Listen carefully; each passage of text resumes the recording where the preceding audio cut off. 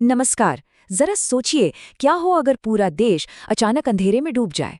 आज के इस महत्वपूर्ण विश्लेषण में हम एक ऐसे ही तेजी से बदलते भू राजनीतिक संकट पर चर्चा करने जा रहे हैं जो इस डरावनी कल्पना को हकीकत में बदल सकता है।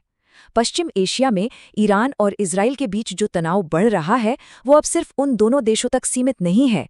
ये एक ऐसा वैश्विक संकट बन चुका है जिसने सीधे तौर पर भारत की ऊर्जा सुरक्षा पर गहरा असर डाला है। आज हम इसी जटिल संकट की परतें खोलेंगे और समझेंगे कि कैसे ये एक अनदेखा तूफान बन सकता है। ये पूरा घटनाक्रम किसी थ्रिलर फिल्म की तरह महज 96 घंटों के भीतर कैसे विकसित होता है, चलिए इस टाइमलाइन पर एक नज़र डालते हैं। 12 अक्टूबर की आधी रात को नई दिल्ली से शुरुआत होती है।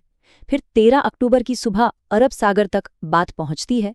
14 अक्टूबर की रात वापस दिल्ली में कूटनीतिक हलचल तेज होती है और अंततः 15 अक्टूबर तक इसका सीधा असर मुंबई की सड़कों पर दिखने लगता है।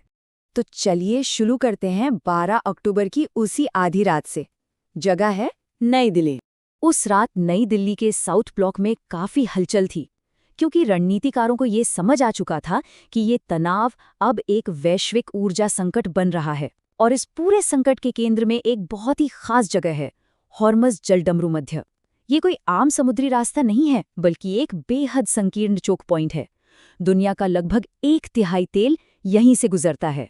मतलब साफ है, अगर यहाँ कोई भी अंतर्राष्ट्रीय विवाद होता है तो वो तुरंत पूरी दुनिया के लिए एक इमरजेंसी बन जाता है। अब सवाल ये है कि भारत के लिए ये इतनी बड़ी खतरे की घंटी क्यों है? जवाब है हमारी तेल निर्भरता। जहां हमारा घरेलू उत्पादन केवल 20% है, वहीं हम अपनी 80% जरूरतों के लिए आयातित तेल पर निर्भर हैं। और सबसे चिंता की बात यह है कि इस 80% आयात का एक बहुत बड़ा हिस्सा उसी होर्मुज के रास्ते से होकर आता है। अगर वो रास्ता बंद हुआ तो हमारी ऊर्जा आपूर्ति ताश के पत्तों की तरह ढह सकती है।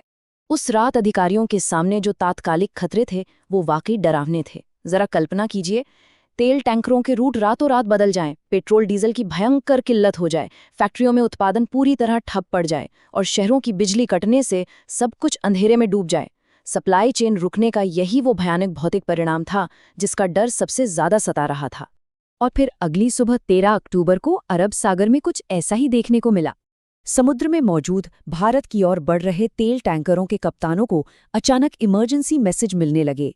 रास्ता बदलो, स्पीड कम करो और हर संदिग्ध हरकत पर तुरंत रिपोर्ट करो। हुर्मुज़ के आसपास नेवी की हलचल इतनी ज्यादा बढ़ गई थी कि अब कच्चा तेल सिर्फ एक ईंधन नहीं बल्कि देशों के अस्तित्व का सवाल बन गया था। लेकिन हालात सिर्फ समुद्र तक ही सीमित नहीं थे।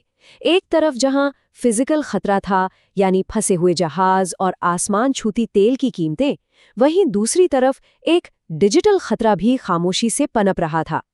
खुफिया एजेंसियों को पता चला कि हमारे पावर ग्रिड और रिफाइनरियों पर अदृश्य साइबर हमले हो रहे हैं। ये एक ऐसा मूक युद्ध था जो बिना कोई गोली चलाए पूरे सिस्टम को पंगु बना सकता था।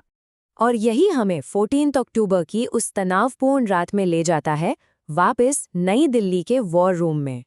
हॉर्मुज़ के पास एक संदिग्ध धमाके की खबर से बाजार पहले ही डरा हुआ था, लेकिन एक नया डिजिटल युद्ध शुरू हो चुका था। ये साइलेंट वॉर मुख्य रूप से 3 चरणों में हुआ। सबसे पहले भारत के एक प्रमुख तेल रिफाइनरी नेटवर्क में घुसपैठ की कोशिश की गई। शुक्र है कि हमारे सिस्टम्स ने इस खतरे को समय रहते पहचान लिया और उसे नाकाम कर दिया। लेकिन ये कोई मामूली हैकिंग नहीं थी। इस हमले ने ये साफ कर दिया कि ये तो बस एक चेतावनी थी और इससे भी बड़े साइबर हमलों की तैयारी चल रही है। इस चौतरफा खतरे को देखते हुए सरकार ने तुरंत वॉर फुटिंग पर काम शुरू किया। रणनीतिक तेल भंडारों को इस्तेमाल करने पर विचार हुआ। अमेरिका, रूस और खाड़ी देशों के साथ कूटनीतिक बातचीत तेज कर दी गई। सप्लाई लाइनों को नए रास्तों से मोड़ने की योजना बनी और साइबर नेटवर्क को अभेद्य बनाने के लिए दिन रात एक कर दिया गया। लेकिन यहाँ एक कड़वी सच्चाई है। हमारे पास जो ये स्ट्रेटेजिक ऑयल रिजर्व है वो देश की ज़रूरतों को सिर्फ कुछ ही हफ्तों तक पूरा कर सकता है। ये वो भंडार है जिसे सालों से आपात स्थिति के लिए बचाकर रखा गया था। लेकिन सच्चाई ये है कि ये सिर्फ एक बैंड एड की तरह है, कोई पक्का इलाज नहीं। अब आते हैं 15 अक्टूबर की सुबह पर। इस बार फोकस है देश की आर्थिक राजधानी मुंबई पर। जब हाई लेवल जियोपॉलिटिक्स और सप्लाई चेन में अड़चनें आती हैं तो उसका असर सीधा आम जनजीवन पर पड़ता है। बंदरगाहों पर तेल टैंकर आना कम हो गए, पेट्रोल पंपों पर लंबी लंबी कतारें लगने लगीं। अंतर्राष्ट्रीय बाजार में रिकॉर्ड कीमतों के कारण रुपया कमजोर पड़ने लगा, जिससे ट्रांसपोर्ट और खाने पीने की चीजों के दाम आसमान छूने लगे। जो संकट अब तक बंद कमरों में था, वो अब सड़कों पर आ चुका था। और तभी एक खबर आती है जिसने इस पूरे डर को हकीकत में बदल दिया। हॉर्मुज़ जलडमरू मध्य के पास एक बड़े तेल टैंकर को रोक लिया गया। ये एक बहुत बड़ा रेड फ्लैग था, ये बताने के लिए कि सप्लाई अब किसी भी वक्त पूरी तरह से बाधित हो सकती है। और जैसे कि ये सब कम नहीं था, साइबर एजेंसीज ने एक और रोंगटे खड़े करने वाली रिपोर्ट दी। दुश्मनों का नया निशाना अब सीधा हमारा नेशनल पावर ग्रिड था। सोचिए, बाहर से तेल की सप्लाई रोक दी जाए और अंदर से बिजली गुल कर दी जाए। पूरे देश के सिस्टम को एक झटके में ब्लैकआउट करने की ये एक खौफनाक साजिश थी। तो अगर हम इस पूरी तस्वीर को एक साथ देखें, तो हमारे रणनीतिकार एक साथ 3 मोर्चों पर लड़ रहे हैं। पहला है ग्लोबल मार्केट, जहां रिकॉर्ड तेल की कीमतों के कारण संकट बढ़ रहा है। दूसरा है जियोपॉलिटिक्स, जहां मिडिल ईस्ट का तनाव अनसुलझा है। और तीसरा है इंटरनल सिक्योरिटी, जहां पावर ग्रिड और रिफाइनरियों पर साइबर हमलों का खतरा लगातार बना हुआ है।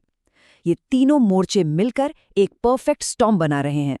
तो अंत में ये बड़ा सवाल हमारे सामने खड़ा होता है, क्या हम इस बहुस्तरीय संकट का सफलतापूर्वक सामना कर पाएंगे, या फिर ये देश के इतिहास में एक बेहद चुनौतीपूर्ण अध्याय की शुरुआत है?